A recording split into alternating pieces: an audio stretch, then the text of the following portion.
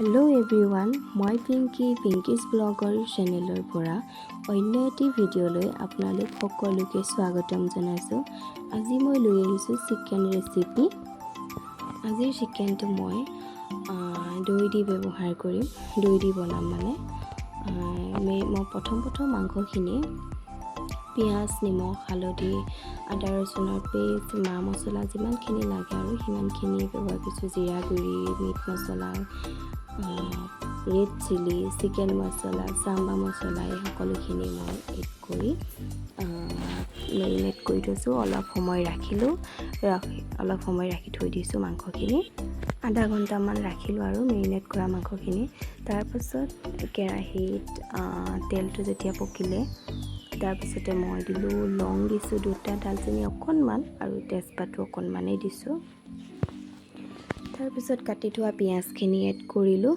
পিঁয়াজখিনি এড কৰাৰ পিছত পিঁয়াজৰ যিটো কেঁচা গোন্ধ সেই কেঁচা গোন্ধটো যোৱাৰ পিছতে মই আদা ৰচুনৰ পেষ্ট ব্যৱহাৰ কৰিছোঁ। আদা ৰচুনৰ পেষ্টখিনি দিয়াৰ পাছতে তাতে নিমখ, হালধি যোনে যেতিয়া দিয়ে আৰু মই এনেকৈয়ে দি লওঁ। নিমখ, হালধি আৰু বাকী যি মছলা আছিলে ৰেড চিলি, জিৰা গুড়ি, মিট মছলা, চাম্বা মছলা, চিকেন মছলা মইতো কৈছোঁৱে মেৰিনেট কৰোঁতেও মই আগতে অলপ মছলা দি থৈছিলোঁ, সেইকাৰণে মই ইয়াতো কমকৈ মছলা দিছোঁ। যিহেতু মোৰ আগত মছলাখিনি দি থোৱা হৈছে সেইকাৰণে মই ইয়াত কমকৈ মছলা এড কৰিছোঁ। কেঁচা গোন্ধটো যোৱাৰ পাছত পিঁয়াজ আৰু পেষ্টৰ সৈতে ভাজি থোৱা সেইখিনি কেঁচা গোন্ধটো যোৱাৰ পাছত মই মেৰিনেট কৰি থোৱা মাংসখিনি দি দিছোঁ। মাংসখিনি দিয়াৰ পাছত অলপ সময় ভাজিলোঁ। ভাজি যেতিয়া মাংসৰ পৰা এটা তেল আহে সেই তেলটো ওলোৱাৰ পাছত মানে মই আলুখিনি দিছোঁ। আকৌ আলু আৰু মাংস একেলগে অলপ টাইম ভাজিলোঁ। ভাজি তাৰ অলপ সময় পাছতে পানী 1.5 কাপমান ব্যৱহাৰ কৰিলোঁ।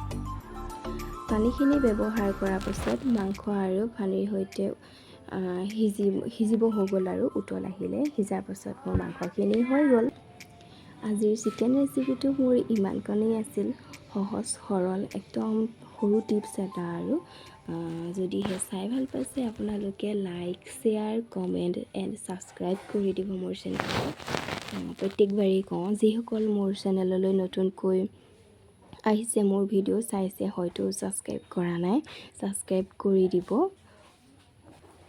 মই আগৰ ভিডিঅ'কেইটা যিকেইটা মই আপলোড দিছিলোঁ সেই ভিডিঅ'কেইটাত মোক ইমানখিনি মৰম আৰু আদৰ দিয়াৰ কাৰণে আপোনালোক সকলোকে মই ধন্যবাদ জনাইছোঁ মোৰ ফালৰ পৰা।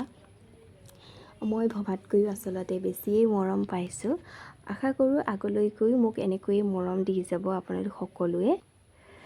আশীৰ্বাদ জনাব আৰু যাতে ভাল ভিডিঅ' বনাব পাৰোঁ, মই আপোনালোকৰ মাজলৈ আনিব পাৰোঁ আৰু ভিডিঅ'সমূহ চেষ্টা কৰিম যিমান পাৰোঁ ভাল কৰিবলৈ।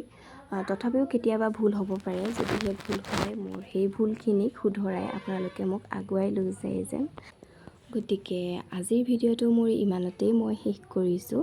আকৌ এটি পুনৰ ভিডিঅ' লৈ আহিম আপোনালোকৰ মাজলৈ। ধন্যবাদ।